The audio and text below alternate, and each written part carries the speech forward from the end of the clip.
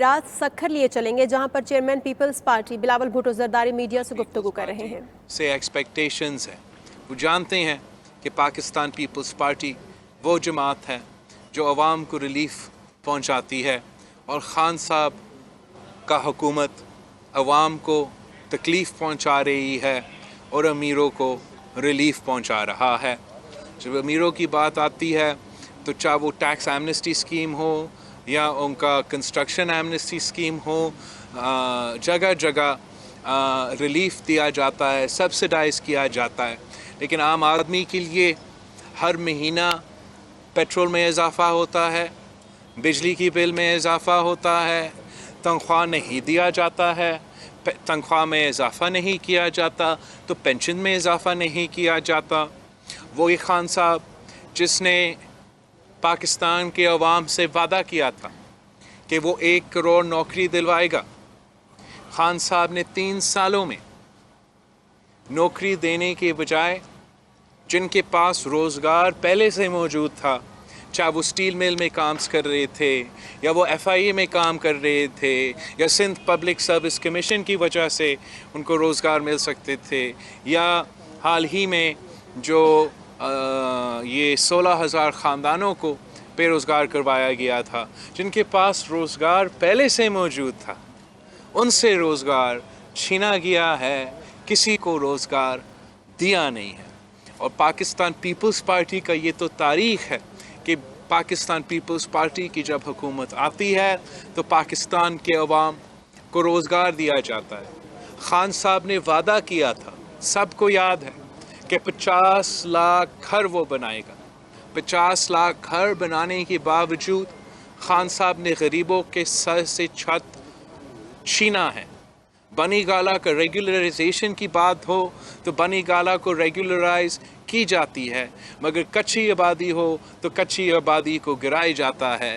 گجر نالہ ہو تو غریبوں کے گھر کو گرایا جاتا ہے. ملک یہاں اریگیشن کی سرزمین، میرا ارسلان گواہ ہے، واقعی محنت کر رہے تھے ان کو روکنے کے لیے. جگہ جگہ غریبوں کو بے گھر کیا گیا ہے، اور اس عوام دشمنی اس سطح پر پاکستان کی تاریخ میں نظر نہیں آیا کہ مہنگائی تاریخی سطح پہ ہو، غربت تاریخی سطح پہ ہو، بے روزگاری تاریخی سطح پہ ہو. بے روزگاری ہو، غربت ہو، مہنگائی ہو تو پاکستان بنگلہ دیش اور افغانستان سے بھی آگے ہو. اور ان صورتحال میں جب عوام بھوکا ہے، کسان کو اپنا فصل کی قیمت نہیں مل رہا، مزدور کو اپنا محنت کا صلہ نہیں مل رہا، نوجوان کو روزگار نہیں مل رہا ہے، تو خان صاحب اسلام آباد میں کھڑا ہو کر اپنا 3 سال کا تباہی کا جشن مناتا. خان صاحب غیر جمہوری حکومت ہے، خان صاحب عوام کا نمائندہ نہیں ہے، خان صاحب الیکشن جیت کا نہیں آیا. اگر جیت کے آتا تو ان کو محسوس ہوتا کہ عوام کے کام کو کرنا پڑتا ہے. عوام کے جب آپ نمائندے ہو آپ انہی کا خدمت کرتے ہو، جب آپ کسی اور کا نمائندہ ہو تو آپ صرف ان کا ہی خدمت کرتے ہو. اور وہی ہمیں نظر آ رہا ہے. جس طریقے سے خان صاحب اور خان صاحب کی حکومت نے ٹارگٹ کیا ہے پاکستان پیپلز پارٹی کو، نشانہ بنایا ہے پاکستان پیپلز پارٹی کو، صرف اور صرف پاکستان پیپلز پارٹی وہ جماعت رہا ہے جو حکومت کے نشانے پہ ہیں، جو حکومت سمجھتی ہے، جو PTI سمجھتی ہے کہ اگر ان کا کوئی مقابلہ اگر کر سکتے ہیں تو وہ پاکستان پیپلز پارٹی ہی کر سکتی ہے. ان کے جب وزیر بات کرتے ہیں تو وہ مانتے ہیں کہ حکومت کے سامنے اپوزیشن کا سب سے بڑا رکاوٹ حکومت سندھ اور مراد علی شاہ صاحب ہے. اگر جیل میں ڈالنا ہے تو پاکستان پیپلز پارٹی کی قیادت کو ڈالنا ہے، جیل میں ڈالنا ہے، جیل میں رکھنا ہے، بےعزتی کروانا ہے تو خورشید شاہ صاحب کا کروانا ہے. باقی کو تو وہ چھیڑتے ہی نہیں ہے، اس لیے ان کو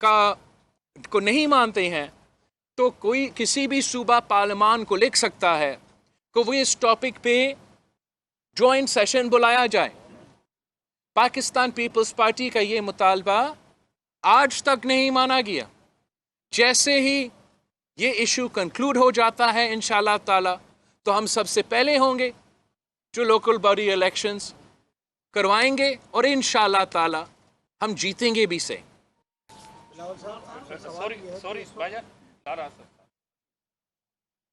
صاحب سب سے پہلے تو آپ کو خوشامدید کہتے ہیں کہ آپ آئے. میرے دو کوشچن ہیں, ایک نیشنل لیول پر اور ایک انٹرنیشنل لیول پر, دونوں آپس میں مشترک ہیں. پی ڈی ایم بھی باہر نکلی ہوئی ہے اور ایک طرف آپ نے بھی عوامی رابطہ مہم کا آغاز کر دیا ہے. لگتا ہے کہ حکومت کے دن جا چکے ہیں. آپ مشترکہ تحریک کی صورت میں جا رہے ہیں یا انڈیویجول تحریک میں گورنمنٹ پر ایک دباؤ بنا رہے ہیں؟ مگر ساتھ ساتھ افغانستان کی جو صورتحال ہے اس میں بھی آپ کی ایک گہری نظر ہے, کیونکہ وہاں پر اچانک جو ہے وہ امن امان کی صورتحال خراب ہو رہی ہے اور آج بھی بم بلاسٹ ہوا ہے. وہاں کا امن تباہی پاکستان میں اس کے ریفلیکشن ضرور ہوگا. آپ کیا سمجھتے ہیں دونوں کو؟ جہاں تک حکومت کا پوزیشن ہے, میں سمجھتا ہوں کہ جب پاکستان پیپلز پارٹی نے یوسف رضا گیلانی صاحب کو نیشنل اسمبلی سے سینیٹر منتخب کروا دیا تو ہم نے پورا ملک کو دکھا دیا تھا, ایک طریقہ دکھا دیا تھا کہ ہم وزیر اعظم خان صاحب کو بھی نکال سکتے. اور آج بھی خان صاحب کا وہی پوزیشن ہے.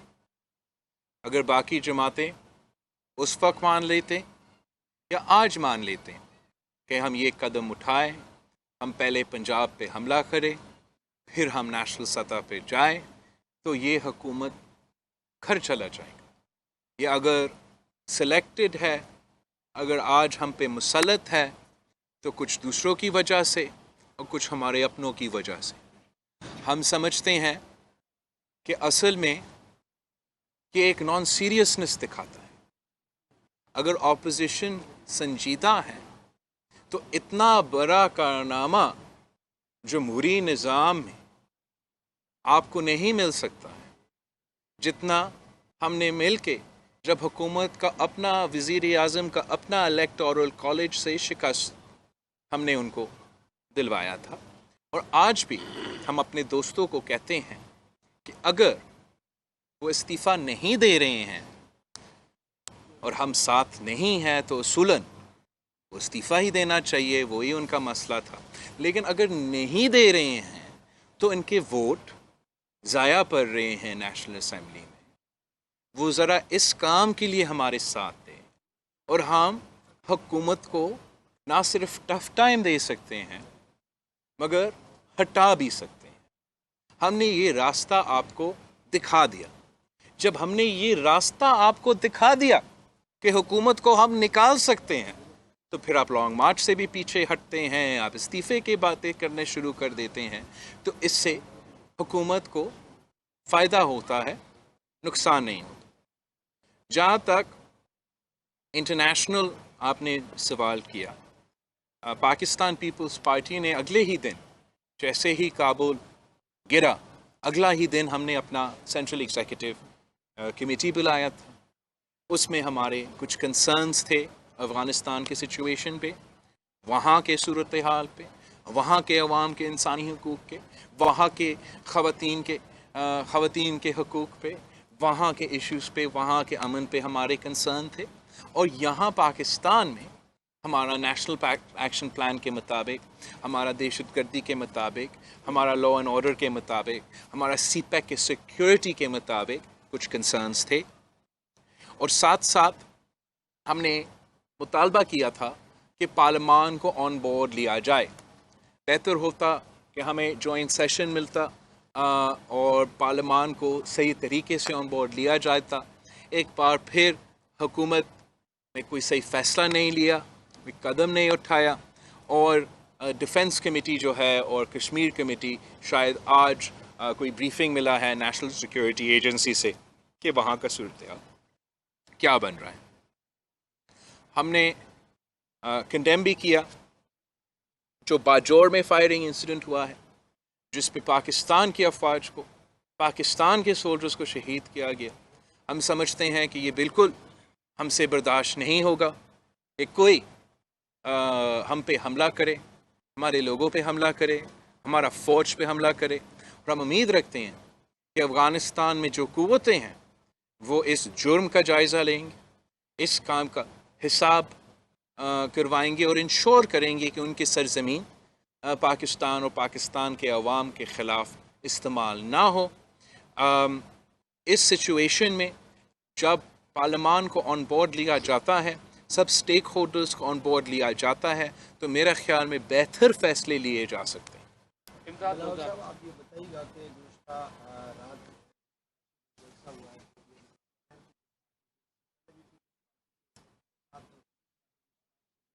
اور اس مرتبہ جو جلسہ ہوا ہے نا باغ کے کونے کو جو ہے لیا گیا ہے، یہ تاثر ہے کہ یہ جلسہ جو ہے وہ کامیاب نہیں ہے، پیپلز پارٹی کو باہر رکھ کر یہ جلسہ کیا گیا ہے۔ پیپلز پارٹی اپوزیشن پارٹی ہے، اس حوالے سے پیپلز پارٹی کیا کہنا چاہے گی؟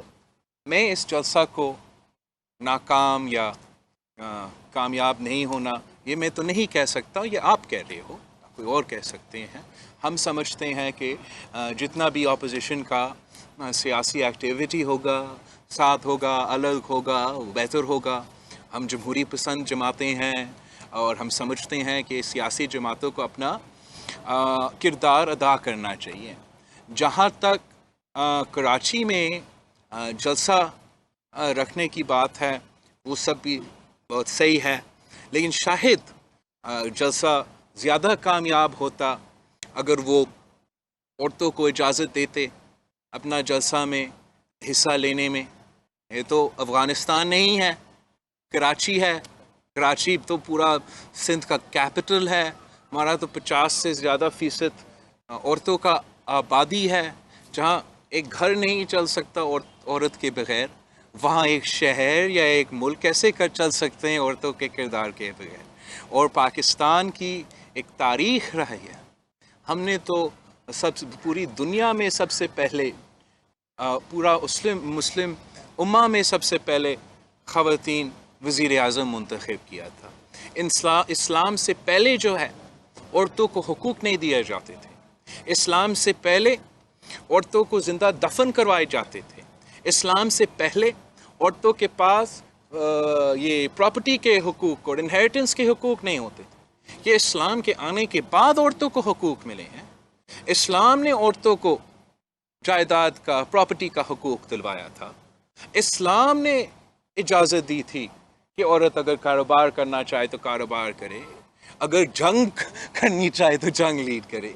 تو اسلام مثالیں دیتے ہیں، اور یہ اسلام کے پہلے سوچ ہوتے ہیں جو عورت کو معاشرے میں، سیاست میں، معیشت میں وہ جگہ نہیں دینا چاہتے ہیں، اور کوئی سوسائٹی ترقی نہیں کر سکتی جب تک عورت اور مرد جو ہے وہ برابر کی سطح پہ معیشت میں اور سیاست میں اور سوسائٹی کی ہر آسپیکٹ میں۔ بلاول